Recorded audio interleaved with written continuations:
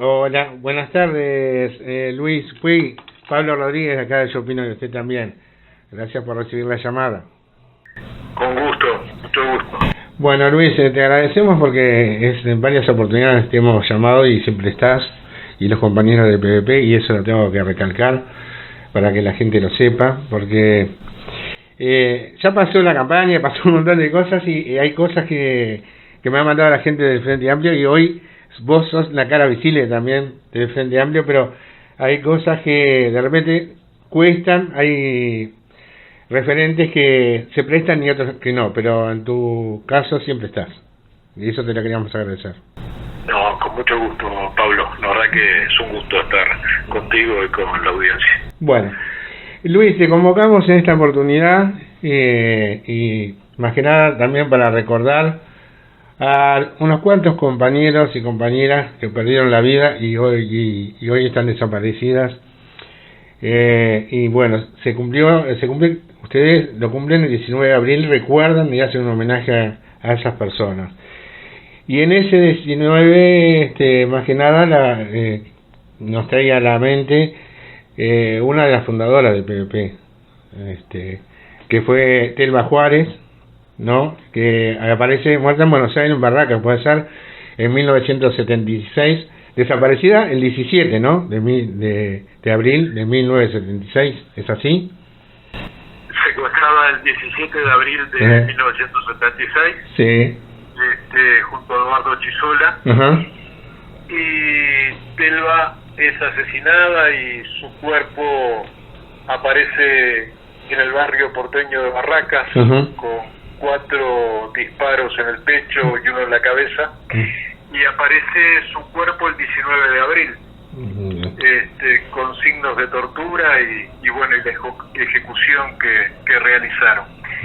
Claramente la fecha en que hacen aparecer el cuerpo de Telva es claramente un mensaje hacia el PVP, por su historia, porque de alguna manera cada 19 de abril en las cárceles uruguayas, en el penal de Libertad, se sacaba a compañeros del PVP para torturarlos, para preguntarles sobre el destino de la bandera de los 33, y claramente ese 19 de abril la dictadura uruguaya, en coordinación con la dictadura argentina, con lo que fue una expresión del Plan Cóndor, de la coordinación de las espadas, digamos, entre las diferentes dictaduras del Cono Sur, claramente es un mensaje que manda la dictadura uruguaya al PVP, asesinando a una de nuestras fundadoras con larga trayectoria militante,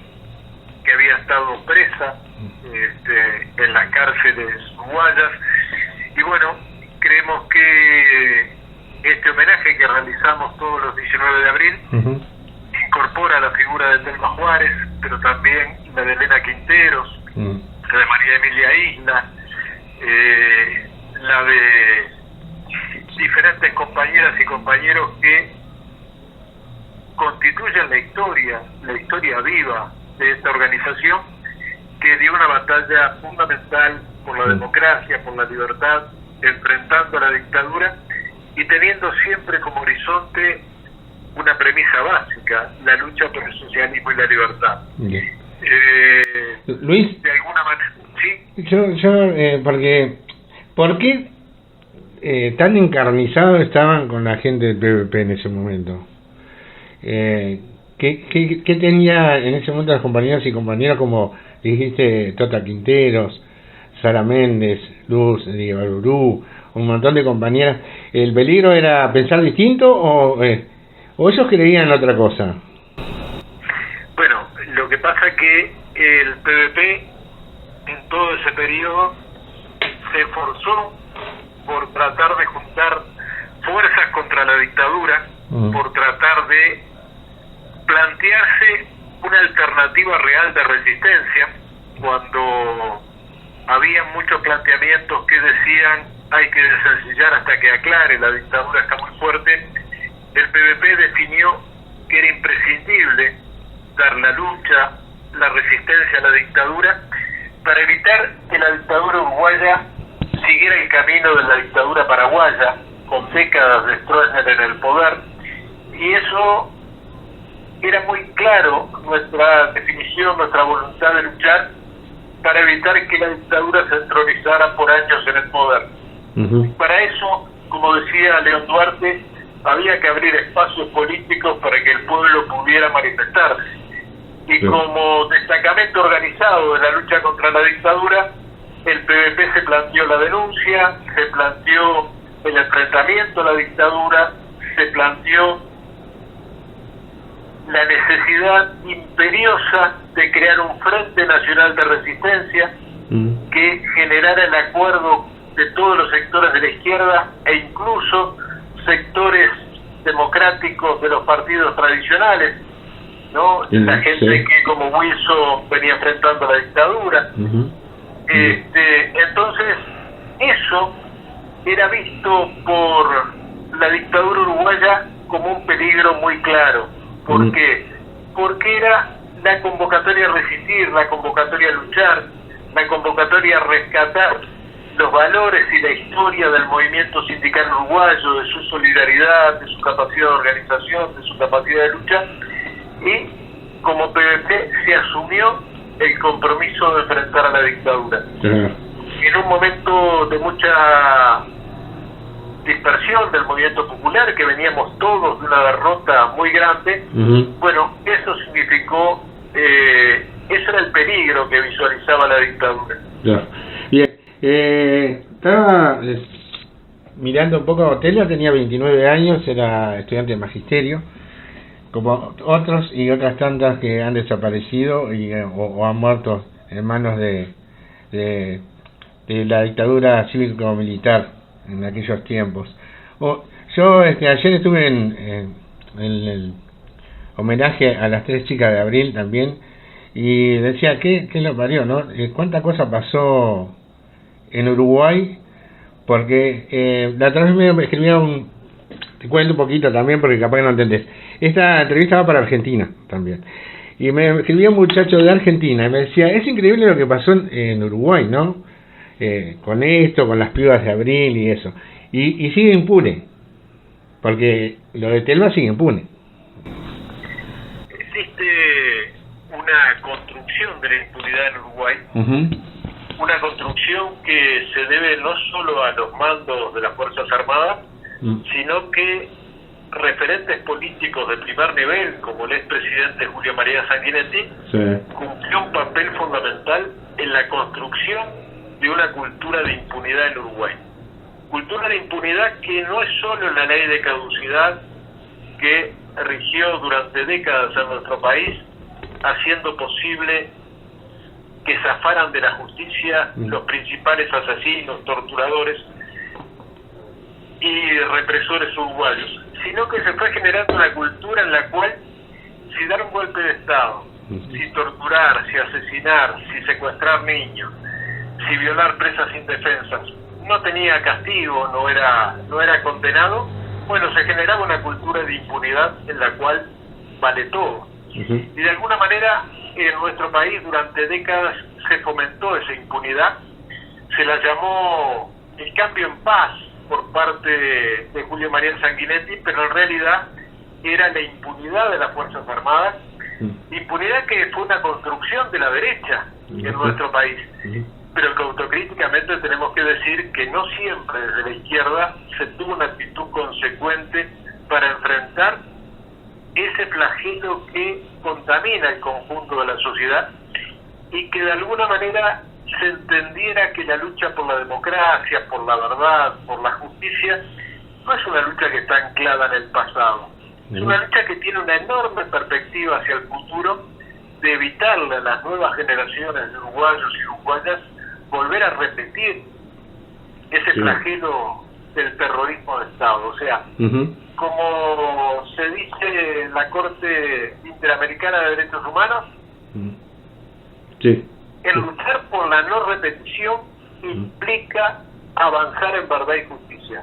En la medida que la impunidad se consagra, bueno, la invitación a nuevas acciones de este tipo por parte del terrorismo de Estado está planteada. Bien.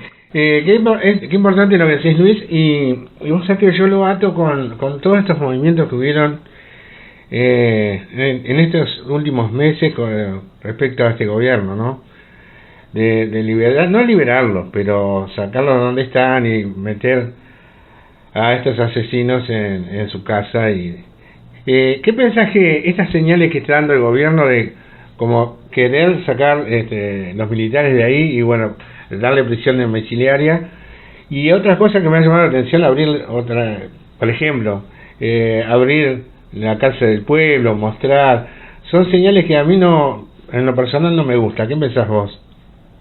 Bueno, yo creo que claramente hay un intento de revertir lo que ha sido el avance en estos años en materia de conciencia sobre los derechos humanos, sí, en reivindicar el tema de los desaparecidos, los avances que ha habido a través del planteamiento de la Fiscalía Especializada en Derechos Humanos, donde el doctor Perciavale ha jugado un papel muy importante para que se pudiera avanzar en verdad y justicia. Bueno, esto ha motivado una ofensiva por parte de los sectores de ultraderecha en Uruguay, ultraderecha que no se limita únicamente a sectores militares o exmilitares, sino que está imbuido de algunos dirigentes políticos, de algunas organizaciones políticas, de algunas organizaciones sociales, claramente el caso de Cabildo Abierto, donde se intenta plantear que la justicia que ha operado y en forma limitada en nuestro país es la llamada justicia para el enemigo. Y un día sí y otro también repiten como loros de que en realidad quienes fueron condenados por la justicia no tuvieron las garantías necesarias para su juzgamiento. Absolutamente falso. Tuvieron todas las garantías y está más que probado la participación de estos represores en un plan orquestado, coordinado, de exterminio contra la oposición y de desarrollo de la opresión y la represión contra el conjunto de la población. Más que demostrado, digo, para poner un caso concreto que fue defendido por Manini Ríos, el caso de Lauri Rodríguez, coronel, que participó en el elevoso asesinato de Iván Morales, joven militante del PVP, que de la resistencia obrera estudiantil, porque todavía cuando asesinaron a Iván todavía no estaba fundado el PVP. Se demostró como en pocas horas un joven saludable que venía a conocer a su hijo fue detenido y torturado hasta la muerte, en forma brutal. Y bueno, y resulta que el senador Manini decía hasta cuándo se va a seguir procesando y condenando a militares por hechos ocurridos hace 50 años. Lo que se le olvidó decir al senador es que se los procesa recién ahora, o se los condena recién ahora, porque hubo un manto de impunidad durante todos estos años. Ahora, todos los que fueron condenados, procesados, contaron con todas las normas del debido proceso, esa que les negaron a nuestros compañeros y compañeras cuando los encarcelaban, los torturaban, los asesinaban y los hacían desaparecer. Por tanto, esa ofensiva que ya está planteada es en respuesta también a un avance en la conciencia de nuestro pueblo, a lo que se expresa cada 20 de mayo. Incluso lo vimos en pandemia, cómo se ha extendido la comprensión y el reclamo de verdad y justicia en nuestro pueblo. Entonces aparecen estos sectores vinculados a lo peor de la historia represiva en Uruguay, tratando de reivindicar la teoría de los dos demonios. Y en eso también se enmarca la apertura de la cárcel del pueblo para ser visitada. Nosotros decimos que abran la cárcel del pueblo y que hablan todos los lugares donde se torturaron uruguayas y uruguayos, porque también en la cárcel del pueblo, en manos de las Fuerzas Armadas, fue durante el terrorismo de Estado un lugar de tortura, de crímenes, de violaciones, de asesinatos, y una parte que se le olvidó aparentemente al ministro García cuando hace referencia a la cárcel del pueblo.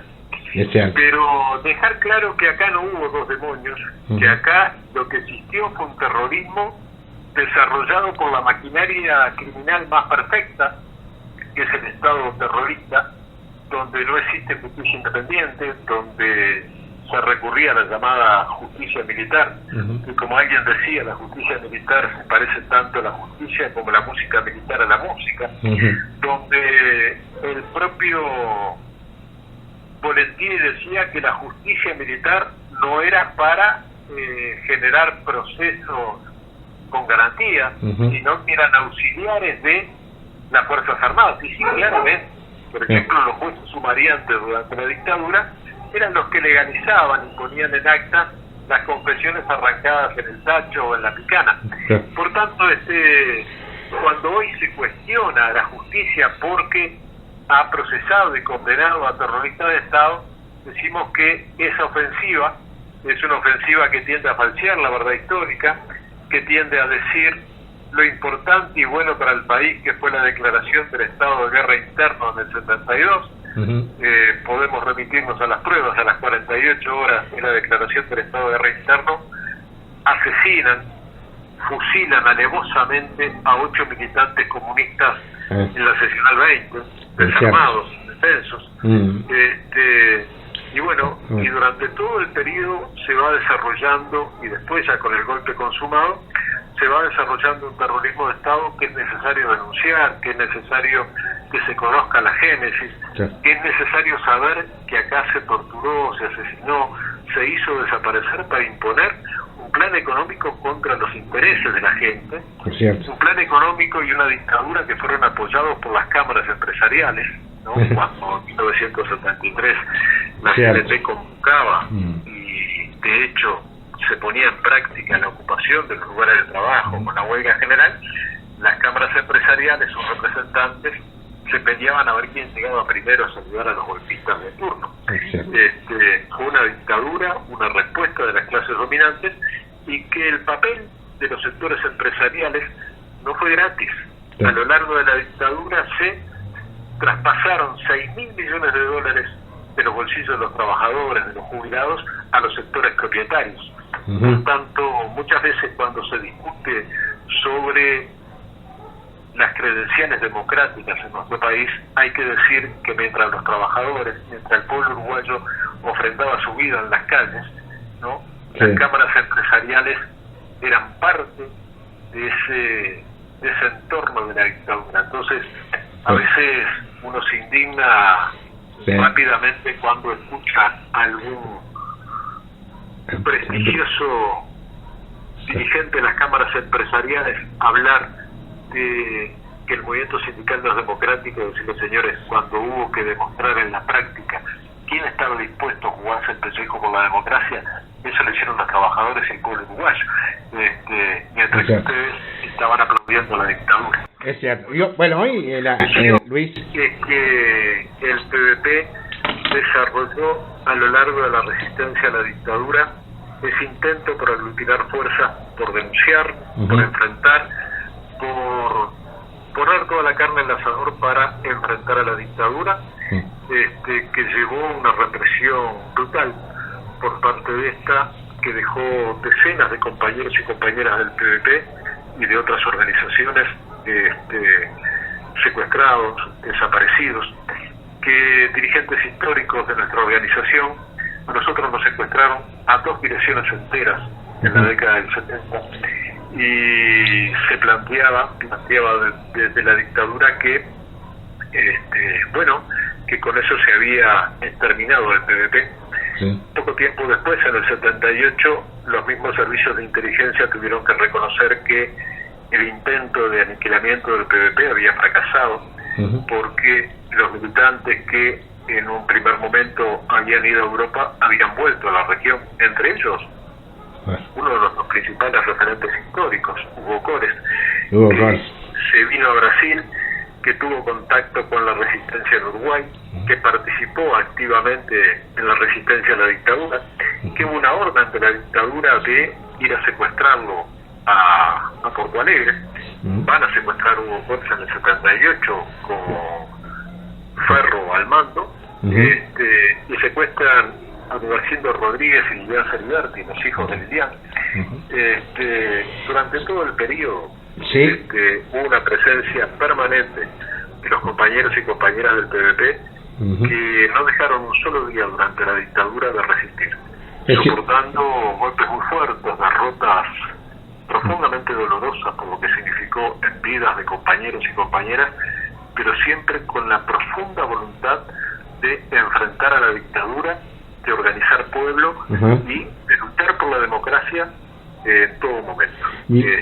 Cierto. Bueno, Luis. Eso es lo que reivindicamos como organización política, de nunca haber bajado los brazos a pesar de los enormes golpes que recibimos, ¿no? Eso de alguna manera es el legado que tenemos como PVP en todos los ámbitos. Bien. En nuestra lucha permanente, en la organización de los trabajadores, en la lucha por sus derechos, en la lucha que damos en los barrios, ¿no?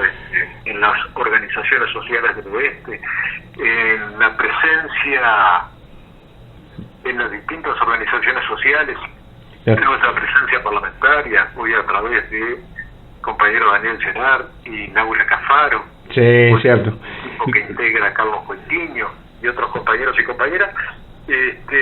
Bueno, la lucha del PVP está presente. Está presente y creemos que tenemos un papel para cumplir dentro de la izquierda uruguaya y estamos tratando de organizar en todo el país esa lucha de conjunto de nuestro pueblo para enfrentar la coyuntura que hoy está planteada. Bien, Luis, clarito, mirá, te dejé porque no quería, te quise cortar una, pero después dije no, lo voy a dejar terminar porque siempre es importante cerrar de dónde viene PVP, qué pasó y hasta ahora, ¿no? Actualmente. Yo quería hacerte una pregunta para ir después a la actualidad, porque quería hacerte algunas preguntas actuales. El PVP siempre jugó ese papel que vos decís. Bien, cuando fue gobierno del Frente Amplio, en los 15 años, te quiero hacer una pregunta y capaz, si querés contestarla y si no, la dejamos pasar y bueno. ¿Vos crees que en esos 15 años de gobierno de Frente Amplio se le dio un espacio como se tenía que darle al PVP para seguir buscando, indagando y averiguando qué pasó en esos años de dictadura? Bueno, en realidad nosotros lo discutimos mucho dentro del Frente Amplio, no el espacio que había que darle al PVP, sino el espacio que había que darle a la lucha por verdad y justicia. Creo que hubo avances innegables, ¿no? En el 2006 se procesó a la patota de Gabazo, ¿no? Ya había habido un procesamiento en el 2001 de Juan Carlos Blanco, primer terrorista de Estado condenado en nuestro país por la desaparición de Elena Quinteros, que después de la dictadura fue senador por el Partido Colorado y que nunca fue expulsado. Y nosotros creemos que han habido avances, pero creemos también que no se fue a fondo. No se fue a fondo en la lucha contra la impunidad, no se logró dentro del Frente Amplio una decisión clara para la anulación de la ley de caducidad. Creo que en el 2009 existió la posibilidad de anular la ley de caducidad y donde de la nada llegamos con un esfuerzo muy grande de algunos sectores políticos del movimiento sindical, llegamos con el voto rosado del 2009 prácticamente a la mitad de la población, pero los mensajes de la dirección del Frente Amplio no fueron mensajes correctos, no fueron mensajes en el sentido de terminar con la impunidad, sino que muchas veces hubo mensajes que confundían a la población. Entonces yo creo que hay una deuda de la izquierda con el tema de la impunidad. Bueno, Luis, pero a ver, porque ¿qué pasa? Yo soy un tipo que vos sabés que soy frente amplista y todo el mundo sabe que tenemos un medio y que bueno, y que también yo digo, ¿por qué no se llegó en ese momento a dar las señales claras? Porque, escúchame, yo me pongo, esto es personal, ¿no? No quiero, es mío. Si yo quiero saber la verdad, y verdad y justicia, y condenar a los asesinos, genocidas, tenía que dar una señal clara. ¿qué miedo había? ¿Por qué no se quería desenseñar? ¿Qué se tenía miedo de perder el gobierno? ¿Que al final se perdió? ¿Habían intereses en el medio? ¿Podrás contestarme esa o no? Yo tengo alguna idea sobre eso. Creo que hubo compañeros que pensaban que si no se avanzaba en terminar con la impunidad, tal vez se podría captar algunos sectores de las Fuerzas Armadas con una visión democrática para fortalecer la democracia. Pero realmente nosotros lo preveíamos, pero con los resultados a la vista podemos decir esa política poco clara desde el punto de vista de cómo encarar la situación de las Fuerzas Armadas, que como decía Nicandro, con las Fuerzas Armadas no hay que negociar, las Fuerzas Armadas tienen que cumplir su rol de subordinación a la dirección política del país. Nicandro era muy claro en eso. Sin embargo, se entendió que si se avanzaba en la lucha contra la impunidad, que se iba a perder la oportunidad de captar a sectores militares. Bueno, esa política dubitativa, esa política que albergaba expectativas que la de la dirección de las Fuerzas Armadas se tuviera una visión democrática, fracasó estrepitosamente. Fracasó estrepitosamente, y lo podemos ver cómo Maningui Ríos llega a la dirección del ejército. Entonces yo creo que el Frente Amplio debe replantearse su visión sobre las Fuerzas Armadas. Bien. Yo, Luis, gracias por contestarme la pregunta, porque no es fácil, y sé que también sos una persona que siempre sos claro y nos contás cómo son las cosas. Sí, a mí me queda, y a muchos frente amplistas, esta pregunta te la hago porque atrás de mío hay un montón de seguidores frente amplistas. Algunos son militantes, otros no, otros son votantes, y también me sigue mucha gente que ha votado este gobierno y está arrepentida hoy de haber votado este gobierno. Y para eso hay que aclarar siempre, ser claro y darle una señal clara respecto a esto que pasó en Uruguay, y que nunca más tiene que haber terrorismo de Estado. Pero también la señal la tiene que dar la izquierda.